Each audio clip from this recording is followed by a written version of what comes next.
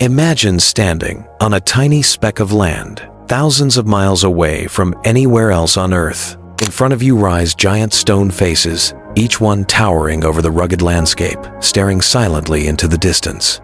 How did they get here? Who built them? And most importantly, what truth have scientists finally uncovered about this isolated and mysterious island? Stay with me, because what you're about to discover will completely change how you see Easter Island. Easter Island, known locally as Rapa Nui, isn't just remote, it is the very definition of isolation. Imagine this. More than 2,000 miles away from South America, a volcanic outpost in the middle of the South Pacific, a dot in a seemingly endless ocean. For early explorers, finding this island was like stumbling upon another world.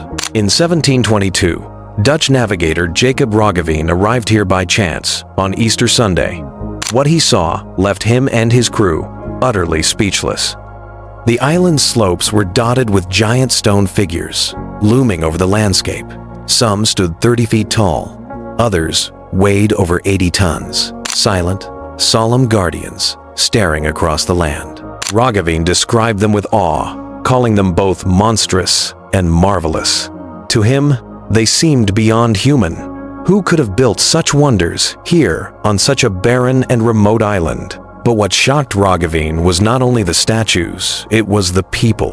The Rapa Nui population appeared small, their tools simple, their resources scarce. How could such a society, seemingly fragile and cut off from the rest of the world, possibly have created monuments that rivaled the wonders of ancient Egypt? The mystery only grew deeper with every passing year. The moai are more than stone.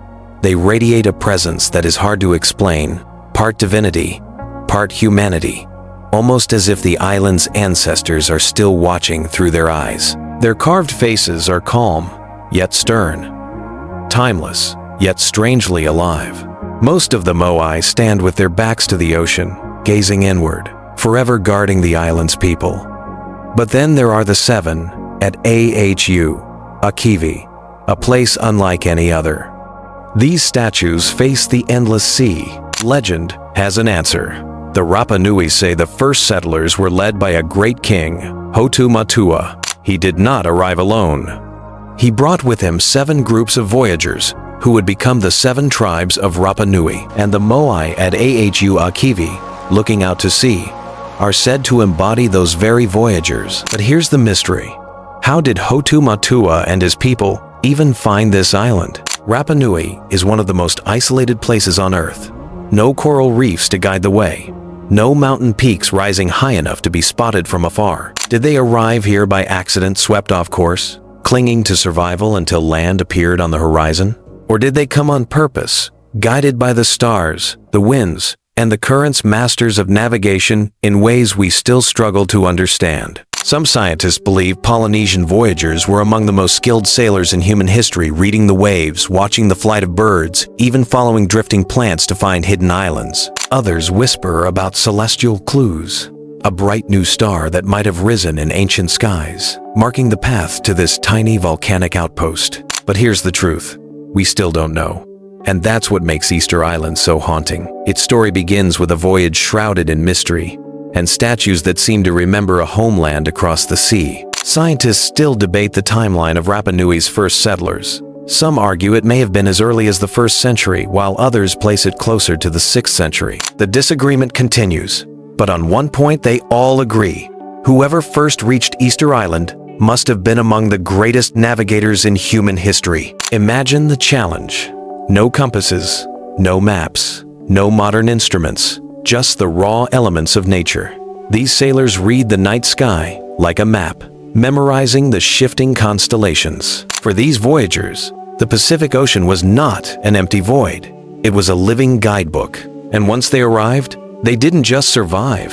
They imprinted their culture on the very bones of the island. They carved the colossal moai, raising them on sacred stone platforms called Ahu. They decorated the land with intricate petroglyphs, carved symbols of birds, canoes, and spirits.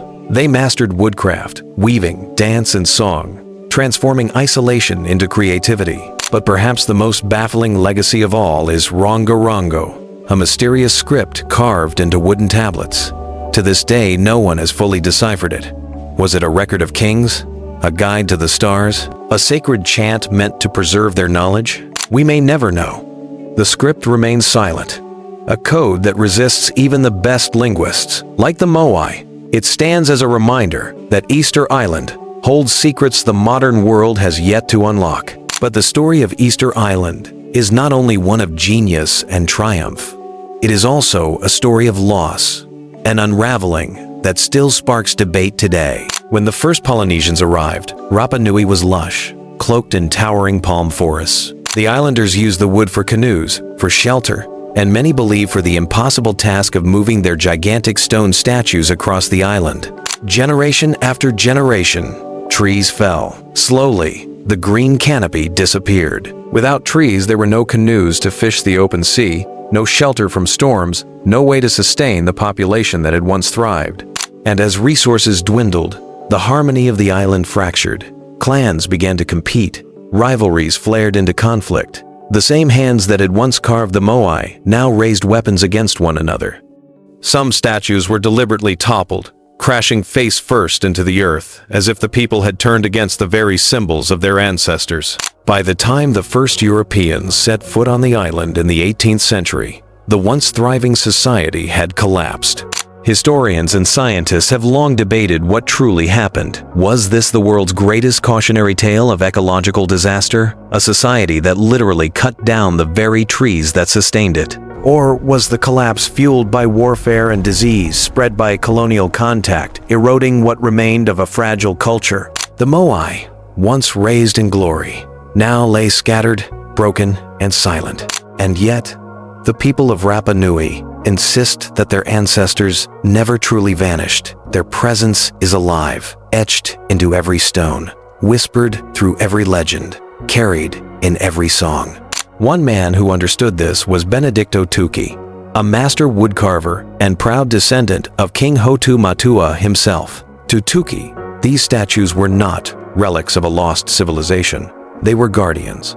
Each one was a bridge between the living and the dead. They were the memory of a voyage, the eternal reminder of a homeland across the sea, and of ancestors who refused to let their story fade into silence. For the Rapa Nui, the moai are not ruins to be studied. They are family. They are history. They are spirit. Even in their stillness, the moai watch. They remember and they endure. Today, Easter Island Rapa Nui remains a place caught between two worlds. On one side, it is a global icon. Tourists arrive in waves, drawn by the promise of mystery, eager to stand before the towering moai and capture their silent gaze on camera. Archaeologists and historians come with notebooks, drones, and scanners, determined to unlock secrets that have endured for centuries. But for the Rapa Nui people, this is not simply a puzzle of the past. It is their blood, their lineage, their sacred inheritance. And so a battle continues. Who truly owns the past? Is it the Chilean government, which claims authority over the island? Or is it the descendants of those who once carved giants from volcanic rock, who still chant the names of their ancestors and carry their memory forward? Former Mayor Pedro Edmonds Paua put it simply, the moai are alive. They carry the spirit of our ancestors. Only the people of Rapa Nui can protect them.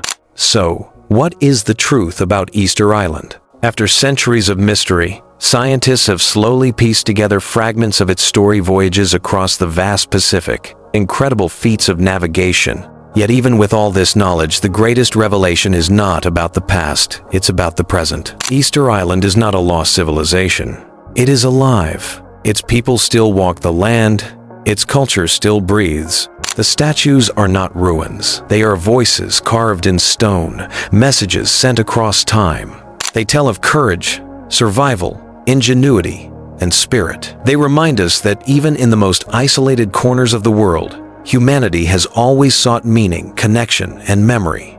And perhaps the real mystery is not how the moai were built, but whether we are ready to listen. Will we hear the stories of the Rapa Nui? Will we respect their land, their ancestors, and their spirit?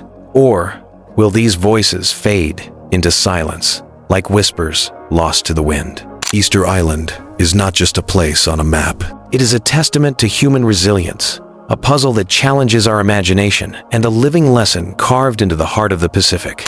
The moai remain, watching, waiting, speaking, and perhaps, if we are patient enough, they will teach us what it truly means to remember.